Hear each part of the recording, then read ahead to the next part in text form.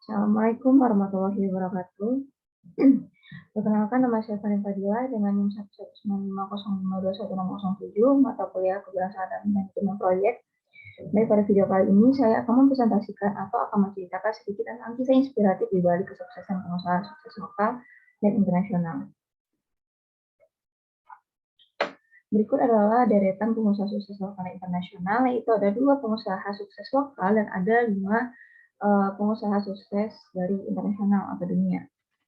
Yang kita bahas terlebih dahulu adalah pengusaha sukses dari Indonesia. Yang pertama itu ada Nadiem Makarim yang merupakan founder dan CEO dari Gojek. Nah, Nadiem Makarim merupakan salah satu pengusaha sukses dari Indonesia yang saat ini dikenal sebagai Menteri Pendidikan, Kebudayaan Riset, dan Teknologi Republik Indonesia. Beliau menempuh pendidikan perguruan tingginya di Brown University dan Harvard University dengan gelar MBA. Setelah menamatkan pendidikannya, ia bekerja di beberapa kompani di Indonesia. Berbekal banyak pengalaman selama bekerja, akhirnya ia memberanikan diri untuk resign dari pekerjaannya dan mendirikan perusahaan Gojek pada tahun 2011. Nadiem Makarim ini mendirikan Gojek berawal dari keresahan yang ia rasakan sendiri, di mana ia setiap harinya pulang pergi kantor itu menggunakan ojek dibandingkan kendaraan pribadi dengan tujuan untuk mengurangi macet. Akibat keseringan menggunakan jasa ojek, Nadiem pun sering sharing dengan ojek langganannya. Dari hasil obrolan pengampatannya, ia mengetahui bahwa tukang ojek ini banyak menghabiskan waktu untuk mangkal dan menunggu penumpang. Hal ini tambah meyakinkannya untuk membangun aplikasi Gojek berbasis teknologi agar penumpang memiliki akses mudah untuk pesan Gojek. Tukang ojek sendiri tidak menghabiskan waktu untuk mangkal, dan Gojek sendiri ini mampu menciptakan lapangan pekerjaan, setidaknya mengurangi angka pengangguran di Indonesia. Tukang ojek pun kini tidak dianggap sebelah mata, tetapi menjadi profesi yang bergengsi yang memang kehadirannya dibutuhkan oleh masyarakat. Nadiem Makarim sebagai CEO dan pendiri Gojek kini sudah memiliki puluhan ribu sopir Gojek yang tergabung dalam aplikasi itu. Selanjutnya itu ada Belva Devara yang merupakan founder dari Ruang Guru, aplikasi belajar. Nah, Belva Devara sendiri merupakan salah satu pemuda terbaik di Indonesia yang memiliki popularitas tinggi terhadap pendidikan dengan mendirikan perusahaan startup yang bernama Ruang Guru atau Ruang Belajar. Ruang Guru ini menjadi perusahaan startup di bidang pendidikan dan teknologi yang sukses besar di Indonesia.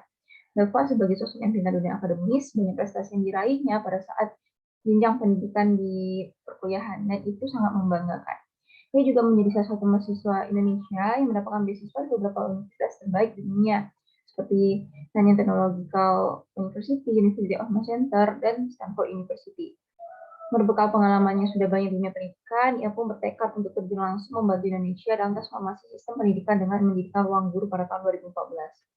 Hanya dalam kurun waktu kurang dari setahun, Ruang Guru ini sudah berkembang pesat dan menjadi perusahaan teknologi pendidikan yang besar di Indonesia yang mencapai dan menjangkau lebih dari 10 juta siswa dari 150 guru. Ruang Guru ini juga berhasil mendapatkan sejumlah penghargaan bergengsi dunia seperti UNICEF Award dengan nominasi Indonesia Best Education Web dan banyak yang lainnya. Nah, jadi ada beberapa tips untuk mendirikan bisnis startup seperti Ruang Guru ini. Yang pertama yaitu menentukan konsep sesuai target segmentasi pasar. Yang kedua, menentukan metode pembelajaran. Yang ketiga, mempersiapkan SDM sesuai dan terbaik. Dan yang pembahasan selanjutnya itu kita akan membahas mengenai pengusaha sukses internasional atau dunia. Nah, yang pertama itu ada Bill Gates yang merupakan founder dari Microsoft. Nah, Bill Gates saat ini merupakan orang terkaya di dunia. Beliau juga merupakan founder Microsoft yang merupakan sistem operasi Windows seperti Microsoft Excel, Office, dan lainnya. Gates menjalani perjuangan dan susah payah memperjuangkan Microsoft ini dari nol. Saat Bill Gates duduk di jenjang sekolah dasar, saat itu sekolahnya baru saja membeli sebuah komputer untuk mendukung pembelajaran di sekolah itu. Gates dan teman-temannya menghabiskan waktu banyak dengan komputer tersebut dan jatuh cinta dengan dunia yang baru baginya. Kemampuan komputernya pun sudah diakui sejak di bangku SD. Berkat usahanya, ia mendapat hukuman untuk tidak menyentuh komputer sekolahnya lagi karena komputer sekolah, mengubah jadwal, lalu menumpahkan siswa di sekolahnya. Kemudian Bill Gates disewa oleh Computer Center Corp untuk menjadi tester sistem keamanan tersebut dan diberi kebebasan untuk menggunakan komputer perusahaan tersebut. Nah, dengan dia diberi kebebasan tersebut, Bill Gates ini dia mengasah kemampuannya dan kemampuannya itu semakin terasa. Pada tahun 1973, Bill Gates ini terdaftar sebagai mahasiswa fakultas hukum Harvard University. Dan ia pun mampu dengan baik menjalankan perkuliahannya, tapi ia masih tertarik dengan dunia IT atau komputer. Dan beberapa waktu lalu, dia pun meninggalkan Harvard dan mengejar impiannya. Gates mulai membangun Microsoft bersama rekan-rekannya karena memiliki peluang yang menjanjikan walaupun masih belum dihargai secara layak pada waktu itu. Tapi ia terus gencar untuk mengembangkan Microsoft hingga menjadi sistem program komputer terbesar di dunia sampai saat ini. Selanjutnya itu ada Warren Buffett, itu founder dari Berkshire Hathaway. Nah, Warren Hathaway ini dikenal sebagai investor dunia yang memiliki kekayaan mencapai 84,7 miliar dolar Amerika. Beliau sudah berinvestasi sejak usia yang sangat dini, yaitu pada umur 11 tahun. Nah, karena dia sudah mulai berinvestasi sejak dini, tentu banyak hal yang perlu dipelajarinya. Namun Buffett tetap sabar ketika harga sahamnya itu yang dimilikinya itu anjlok. Ia pun tetap terus belajar memahami bahwa nilai saham ini akan naik nantinya benar mendapatkan keuntungan besar. Ia paham sistem jual beli dan tahan sejak kecil. Ketika di SMA, ia juga bekerja sebagai tukang angkut rambut, tukang mesin timbal yang rusak, jualan koran, dan bekerja. Yang lainnya dan bekerja dengan orang yang lain. Dari hasil jerih payahnya, ia pun mulai bisnis. Namun tidak lama kemudian perusahaan itu tutup karena bangkrut, tetapi dia pantang menyerah dan tetap mengembangkan perusahaan-perusahaannya dan investasinya. Dia selalu memikirkan strategi bisnis pada perusahaannya yang memiliki potensi untuk berkembang dan berharga untuk dibeli.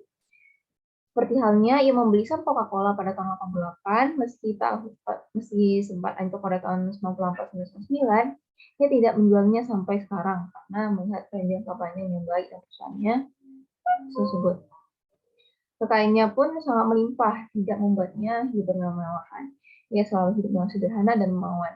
Kekayaannya ia sumbangkan ke orang-orang yang lebih membutuhkan, mendonasikan sahamnya untuk Gates Foundation yang ia bangun sendiri. Nah, selanjutnya itu ada Jeff Bezos, merupakan founder dari Amazon.com. Nah, Jeff Bezos ini terkenal dengan sosok yang berprestasi di sekolah perguruan tinggi. Nah, di masa mudanya, ia tidak lepas dari kata perjuangan. Ia pernah bekerja di McDonald pada umur 16 tahun. Dan ia sangat tertarik dengan otomasi pekerjaan melalui mesin. Selama ia bekerja di sana, ia bekerja tentang kepemimpinan yang baik. Ia selalu memperhatikan hal kecil pekerjaannya dan bermanfaat untuk pekerjaannya sekarang. Ia menyadari dalam bisnis hal yang paling penting adalah pelayanan. Pada tahun 1993, Jeff mendirikan toko buku online. Ia meninggalkan pekerjaannya dan membangun Amazon.com pada tahun 1994. Amazon merupakan sebuah perusahaan multinasional yang menggerak di bidang e-commerce, komputasi awal, streaming digital, dan kecerdasan buatan. Saat ini, Jeff menjabat sebagai bos, sekaligus pemegang saham terbesar dari perusahaan tersebut, yaitu Amazon.com. Selain itu, Jeff juga memiliki saham di perusahaan Blue Origin dan Washington Post. Banyak investor yang meragukan apa yang ia bangun pada saat itu, pada saat ia membangun Amazon. Banyak investor yang menyangka bahwa perusahaan itu akan bangkrut dan gagal, namun tidak membuatnya menyerah, bahkan ia terus terus mengembangkan Amazon hingga berkembang sampai saat ini. Keraguan dari semua orang itu ia buktikan dengan hasil kerja kerasnya. Selanjutnya itu ada Phil Knight yang merupakan founder dari brand fashion Nike. Phil Hansen Knight atau Phil Knight atau yang sering disapa dengan Knight merupakan pengusaha sukses yang bergerak di bidang fashion. Knight merupakan pendiri brand yang sangat terkenal yang bernama Nike. Dia juga seorang CPA di Coopers, dan Brand, dan Waterhouse. Dia juga menjadi profesor akuntansi di Portland State University. Awalnya, Knight dan partnernya ini memproduksi sepatu running yang diberi nama Blue Ribbon Sport yang kemudian dipasarkan ke masyarakat. Kemudian pada tahun 78, mereka memutuskan untuk mengganti nama brand mereka dengan nama Nike, yang dianggap mereka trendy yang berarti kemenangan dalam bahasa Yunani. Pada tahun 80-an, Nike mulai menguasai pasar sepatu Amerika Serikat. Setelah sukses dengan produksi sepatunya, mereka mulai merambat ke mode fashion lain seperti baju, jaket, dan sport lainnya dengan nama brand yang sama, yaitu nama brand Nike. Tidak hanya itu, Converse, perlengkapan selam seperti Huawei, Cole Haan juga menjadi bagian dari bisnis Knight. Dan terakhir yaitu ada Elon Musk, yaitu founder dan CEO dari SpaceX dan Tesla. Nah, Elon Musk ini merupakan sosok penting di balik motor Tesla dan SpaceX yang bergerak di bidang teknologi yang sangat besar di dunia. Elon Musk ini dikenal sebagai sosok yang cerdas. Pada tahun 1995, Elon sudah memulai bisnis dengan adiknya. Dari bisnis yang ia bangun bersama adiknya itu, ia mulai banyak belajar dan kemampuannya pun memang tidak diragukan lagi. Dia mencoba membangun bisnis yang baru yang diberi nama SpaceX yang bergerak di bidang astronomi, dan ini dia ingin membangun SpaceX ini karena berawal ingin bercita-cita tinggal di Mars. Elon Musk ini kemudian mendirikan Tesla yang memproduksi mobil listrik yang bertujuan untuk menciptakan kendaraan ramah lingkungan demi mengurangi emisi. Semua usaha yang ia bangun ini selalu ia pandang dari peluang dan targetnya, yaitu dari peluang target pasar yang menjanjikan. Elon ini dikenal sangat pekerja keras dan selalu bisa bekerja sepanjang waktu tanpa henti. Sebagai seorang insinyur dan penemu kelistrikan, ia fokus untuk berkegiatan selalu dan pada saat ini dia sedang mengerjakan teknologi untuk membuat baterai kendaraan listrik lebih terjangkau daripada saat ini atau sekarang, tanpa mengorbankan keselamatan, daya, dan kualitas.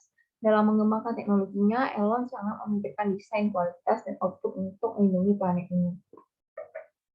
Nah, sekian dari presentasi dari saya. Ini merupakan daftar pustaka yang saya ambil untuk merangkum beberapa kisah inspiratif dari beberapa pengusaha lokal dan pengusaha internasional yang sukses tadi. Nah, sekian presentasi dari saya. Apabila ada salah kata atau kekurangan, mohon dimaafkan. Wabillahi taufiq wal hidayah. Wassalamualaikum warahmatullahi wabarakatuh.